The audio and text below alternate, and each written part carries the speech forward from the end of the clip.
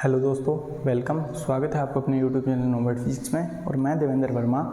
आज हम स्टार्ट करने जा रहे हैं अपना नया टॉपिक अलजेब्रा, तो जो कि हमारे पास बेसिक मैथमेटिक्स में यूज़ होगा और हमारे पास आगे फिजिक्स में भी काफ़ी जगह यूज़ होगा।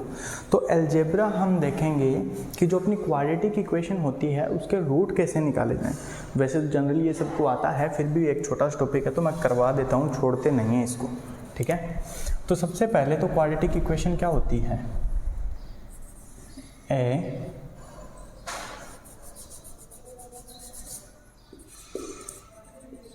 A function of variables, single variable होगा, variable of second order. Second order मतलब कि जो अपने पास वेरिएबल होगा उसकी मैक्सिमम पावर फंक्शन में क्या होगी? 2 होगी, ठीक है। Is called as quadratic equation, ठीक है, क्वाड्रेटिक इक्वेशन। तो क्वाड्रेटिक इक्वेशन एक्चुअल में होती क्या है? अपने पास एक फंक्शन होता है वेरिएबल का, जैसे x, y या z कुछ भी, जिसके अंदर क्या होता है, मैक्सिमम पावर उस फंक्शन के अंदर वेरिएबल की कितनी होती है? 2 होती है। जैसे मैं लिखूँ x² प्लस में 3x प्लस में 4 इक्वल टू 0, तो इसके अंदर जो वेरिएबल है उसकी मैक्सिमम पावर कितनी है? इसके अंदर 1, इसके अंदर 0, इसके अंदर 2, तो मैक्सिमम पावर कितनी? 2। तो ये अपने पास है क्वाड्रेटिक इक्वेशन, ठीक है। जनरली जो फॉर्मूला होता है क्वाड्रेटिक इक्वेशन को कैसे एक्सप्रेस किया जाता है, देखो ax² प्लस में bx plus c equal to 0, ये होता है general form of quadratic equation. जिसके अंदर अपने को क्या ध्यान में रखना है, a होता है जो कोफिशिएंट ऑफ x², b होता है जो क्या कोफिशिएंट ऑफ x, और जो c होता है वह क्या होता है? कांस्टेंट, ठीक है। ध्यान रखना ये a, b और c है जो विद साइन लिए जाते हैं, ठीक है। अगर यहाँ पर -bx होता है तो यहाँ पर -b क्या होता है? Coefficient of x। अब x की वैल्यू निकालने के लिए हमारे पास क्या होता है? एक फॉर्मूला होता है, श्रीधराचार्य फॉर्मूला, ठीक है, जो आपने 10th क्लास में पढ़ा होगा। क्या होता है देखो, -b plus minus under root में b² माइनस 4ac अपॉन में ट्वाइस ऑफ a, ठीक है। ये होता है अपने पास फॉर्मूला, और ये हर एक क्वाड्रेटिक इक्वेशन में लग जाता है, चाहे वो कैसी भी हो, ठीक है, बड़ी छोटी कुछ भी हो। इस अंदर वाली वैल्यू को जो अपने पास b² माइनस 4ac है, इसको बोला जाता है d, ठीक है। तो यहाँ से फॉर्मूले को क्या लिख सकते हैं? x की वैल्यू कितनी? -b plus minus under root of d upon में ट्वाइस ऑफ a, ठीक है। इससे तो x की वैल्यू निकाल लेंगे। ये प्लस और माइनस क्यों? क्योंकि x की वैल्यू आएगी यहाँ से 2, ठीक है। क्यों? क्योंकि यहाँ से ये क्वाड्रेटिक इक्वेशन है, x की मैक्सिमम पावर कितनी? 2, तो x की वैल्यू भी 2 ही आएगी। अगर x की मैक्सिमम पावर 3 होती तो x की वैल्यू कितनी होती फंक्शन में? 3 होती, ठीक है। अब दूसरी बात, जो रूट्स होंगे, जो 2 रूट आएंगे यहाँ पर, उनकी नेचर भी अलग अलग हो सकती है, ठीक है। वो डिपेंड करेगा d पर। कैसे? रूट कौन कौन से हो सकते हैं? रूट्स या तो रियल हो सकते हैं, इमेजिनरी हो सकते हैं, डिस्टिंक्ट मतलब अलग अलग हो सकते हैं, और सेम भी हो सकते हैं, ठीक है। 4 तरह के रूट हो सकते हैं जो डिपेंड करेगा किस पर? d की वैल्यू पर। कैसे? पहले इसको नोट डाउन कर लो, उसके बाद देखते हैं, या फिर यहीं देख लो। अगर मैं बोल दूं यहाँ से b² माइनस 4ac, इसकी वैल्यू आ जाए अगर ग्रेटर देन 0, फर्स्ट पॉइंट, अगर इसकी वैल्यू आ जाए ग्रेटर देन 0, तो इस अंडर रूट के अंदर क्या होगा? ग्रेटर देन 0 वैल्यू आएगी, तो इसका अंडर रूट कुछ ना कुछ होगा। तो यहाँ से अगर ये ग्रेटर देन 0 है, ये वाली चीज़ ग्रेटर देन 0 है, तो अंडर रूट निकाल सकते हैं, और एक बार प्लस में एक बार माइनस में, मतलब 2 रूट आएंगे, रियल होंगे और डिस्टिंक्ट होंगे, ठीक है। तो इसके अंदर जो रूट्स होंगे वो क्या होंगे? रियल और डिस्टिंक्ट, मतलब अलग अलग, ठीक है। दूसरी बात क्या, b² माइनस 4ac की वैल्यू अगर आ जाए 0, अगर इसकी वैल्यू 0 आ जाए तो क्या होगा, अगर इसकी वैल्यू 0 आ गई या इसकी वैल्यू 0 आ गई तो प्लस माइनस दोनों चीज़ें हट जाएगी, मेरे पास आंसर सिर्फ -b/2a आएगा। उस केस में क्या होगा, रूट्स रियल तो होंगे बट सेम होंगे। हम दो वैल्यू मानेंगे, हमारे पास वैल्यू a की आएगी लेकिन हम दोनों को सेम वैल्यू मान लेंगे।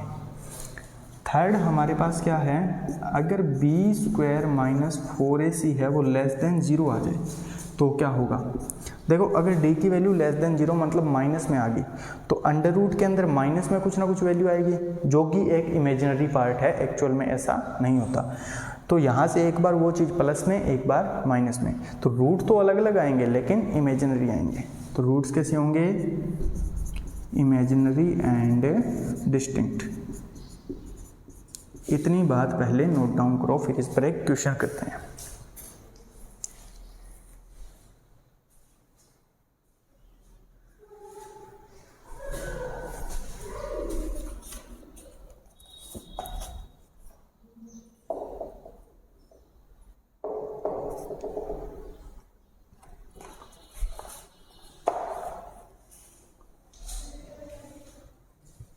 हटा दूं इसको।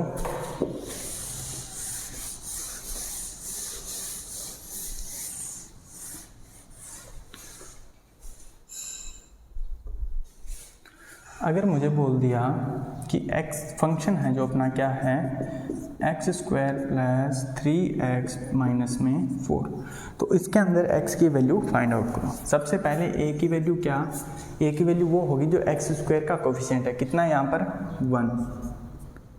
b की वैल्यू क्या है, जो x का कोफिशिएंट है कितना है 3। c की वैल्यू क्या, जो कांस्टेंट है कितना है -4। ठीक है, तो सबसे पहले अपने को निकालना है d की वैल्यू क्या होगी, b² - 4ac होगी। तो b का स्क्वायर कितना, 3 का स्क्वायर -4 × a × c आएगा। तो यहाँ से वैल्यू कितनी आई, 9 माइनस माइनस प्लस में 16 कितना आया 25। ये आ गई डी की वैल्यू। देखो डी की वैल्यू ग्रेटर देन 0 आई है तो रियल रूट होंगे और अलग अलग होंगे, पहली बात। अब रूट आएंगे क्या, x की वैल्यू क्या होती है -b plus minus √b/2 a। तो माइनस के अंदर b की वैल्यू कितनी 3 प्लस माइनस अंडर रूट में d की वैल्यू कितनी 25/2 a की वैल्यू कितनी 1। तो कर दो इसको सॉल्व, कितना आया -3 प्लस माइनस 25 का अंडर रूट 5/2। तो एक बार तो 3 माइनस, देखो यहाँ से ये इतना आ गया, ठीक है। तो यहाँ से x की दो वैल्यू होगी, x1 और x2 मैंने दो लिख लिए, ठीक है। एक बार ले लो इसको प्लस में, तो -3 + 5/2। तो यहाँ से कितना आ गया, यहाँ से अपने पास आ गया 2/2 मतलब 1, ठीक है।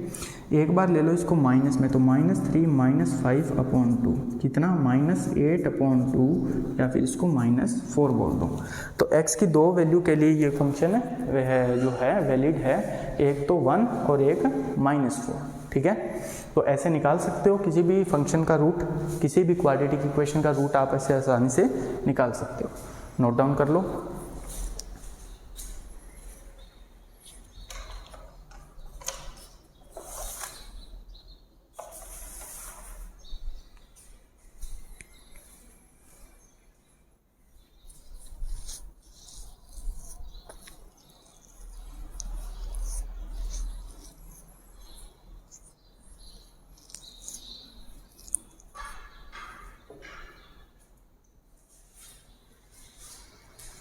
हटा दो, स्क्रीनशॉट ले लिया करो जब मैं साइड में हूँ, ठीक है। इसी के अंदर नेक्स्ट अपना पॉइंट लिखाओ, एक हेडिंग लिखाओ बाइनोमियल अप्रोक्सीमेशन। इसका यूज़ भी काफ़ी जगह होगा। देखो बाइनोमियल अप्रोक्सीमेशन,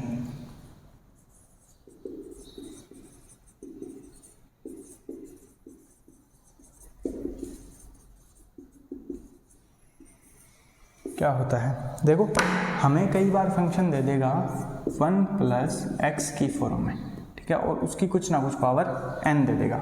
1 + x की फॉर्म में अपने को फंक्शन दे देगा और कुछ ना कुछ पावर n दे दी। मान लो ये मेरे पास फंक्शन y है, ठीक है।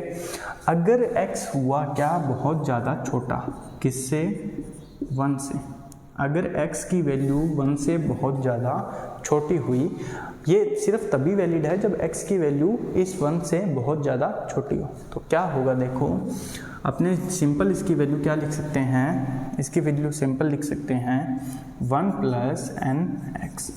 ये जो पावर n है ना वो x के मल्टीप्लाई में आ जाएगी और इसकी वैल्यू सिंपली इससे निकाल सकते हैं। जैसे देखो मुझे दे दिया फंक्शन y की वैल्यू 1 + 0.001 और इसकी पावर 2 दे दी, ठीक है। तो इसका आंसर कितना आएगा 1 + 0.002, क्योंकि 2 इससे मल्टीप्लाई हो गया, तो इसकी वैल्यू कितनी है 1.002। इस फंक्शन की वैल्यू, इसकी वैल्यू ये आ गई। सिंपल है अपना बाइनोमियल अप्रोक्सीमेशन। ये तभी यूज़ होगा जब इसकी वैल्यू इससे 1 से बहुत ज़्यादा छोटी होगी, ठीक है। इक्वेशन करते हैं इस पर, पहले इसको नोट डाउन करो। इक्वेशन दिया हुआ है हमें क्या,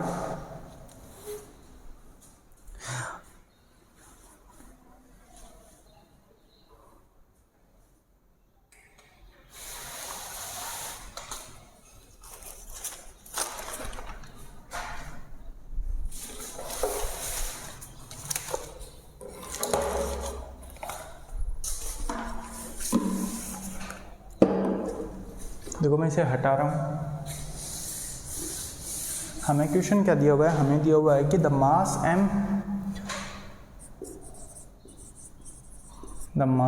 m of a body moving with A velocity v given by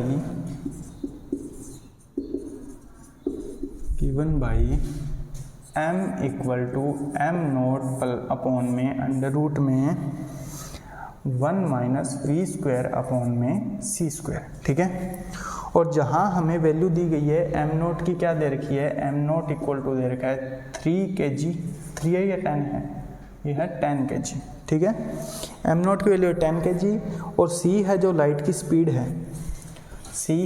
की स्पीड है, कितनी, 3 × 10⁸ मीटर/सेकंड, ठीक है।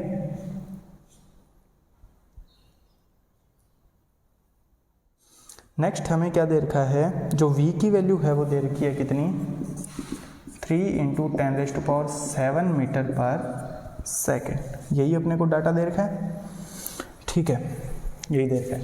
हमें क्या बोला गया है कि कोई बॉडी है वो मूव कर रही है v वेलोसिटी से, और जब ये मूव कर रही है तो इसका मास है जो वेरिएबल है, कैसे, m0 अपॉन में अंडर रूट में 1 - v² c², और m0 की वैल्यू है 10 kg, v की वैल्यू है 3 × 10⁷ मीटर/सेकंड, c की वैल्यू 3 × 10⁸ मीटर/सेकंड, ठीक है। तो m की वैल्यू फाइंड आउट करो। तो सिंपल अगर हम m की वैल्यू पुट करें, इस फंक्शन में m की वैल्यू निकालने के लिए इन सब की वैल्यू पुट करें तो कितना आएगा, 10 अपॉन में अंडर रूट में 1 - v² इसका स्क्वायर, 3 × 10⁷ का स्क्वायर, अपॉन में c का स्क्वायर, 3 × 10⁸ का स्क्वायर। तो यहाँ से 10 अपॉन में अंडर रूट में कितना आ गया, 1 - 9 × 10⁻, यहाँ से कितना आ गया मेरे पास 14 अपॉन में 9 × 10⁻60, ठीक है।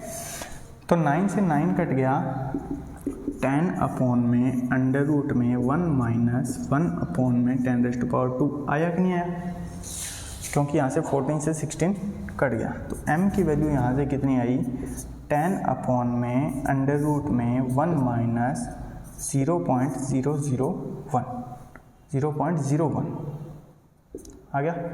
और ये अंडर रूट की वैल्यू मतलब कितनी, पावर 1/2। तो यहाँ से इसके अंदर अपन क्या लगा देंगे, बाइनोमियल अप्रोक्सीमेशन। तो यहाँ से कितना आया, 1 - 0.01 अपॉन में 2 आ गया। इसको कर दो सॉल्व, ठीक है। तो इसको सॉल्व करेंगे तो कितना आया, 2 - 2 ऊपर चला जाएगा एलसीएम वाला, तो 2 - 0.01 कितना आया, 20 अपॉन में यहाँ से कितना आया, 2 - ये 1.99.1, ठीक है, 1.99, ये अपने पास आ गया इसका आंसर।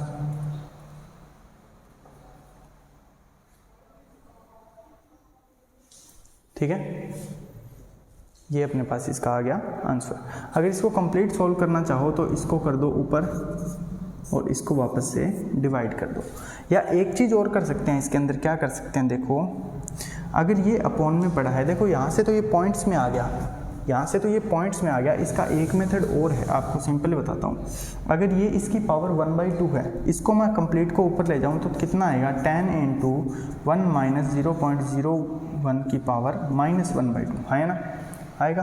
तो यहाँ से कितना आया, 10 × 1, इसकी पावर इससे मल्टीप्लाई होगी तो माइनस माइनस क्या हो जाएगा, प्लस 0.01 अपॉन में 2। तो यहाँ से कितना आया, 10 × 2 प्लस में 0.01 अपॉन में 2। तो यहाँ से 5 × 2.01 आ जाएगा। तो यहाँ से कितना आया, 10.05 kg आंसर आ गया। ठीक है, तो अपने पास इसका मास कितना आया, 10.05 kg। कैसे, बाइनोमियल अप्रोक्सीमेशन हमने यहाँ पर लगा दिया तो इसका आंसर ये आ गया। वरना आपको क्या करना पड़ता, यहाँ से आया 1/100, इसको आप सोल्व करते, ठीक है, यहाँ से कितना आता 99/100 और फिर उसका करना पड़ता आपको अंडर रूट, ठीक है, जो कि पॉसिबल नहीं है, पॉइंट्स में आएगा काफ़ी ज़्यादा। हमने क्या किया, इसको क्या कर दिया, ऊपर ले गए और यहाँ से ये बन गया। ये जो बाद वाली वैल्यू है ये 1 से बहुत ज़्यादा छोटी है, तो हमने क्या किया, इसको आगे मल्टीप्लाई कर दिया बाइनोमियल अप्रोक्सीमेशन से। तो इसको अपने पास सिंपली सोल्व करने पर ये वैल्यू आ गई। ठीक है, तो नोट डाउन कर लो इसे।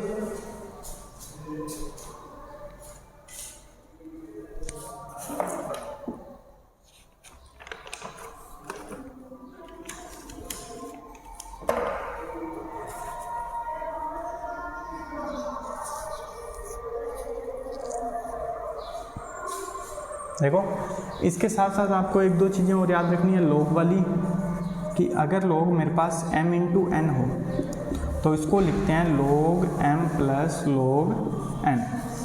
अगर मेरे पास हो log m अपॉन में n तो उसको लिखते हैं log m - log n।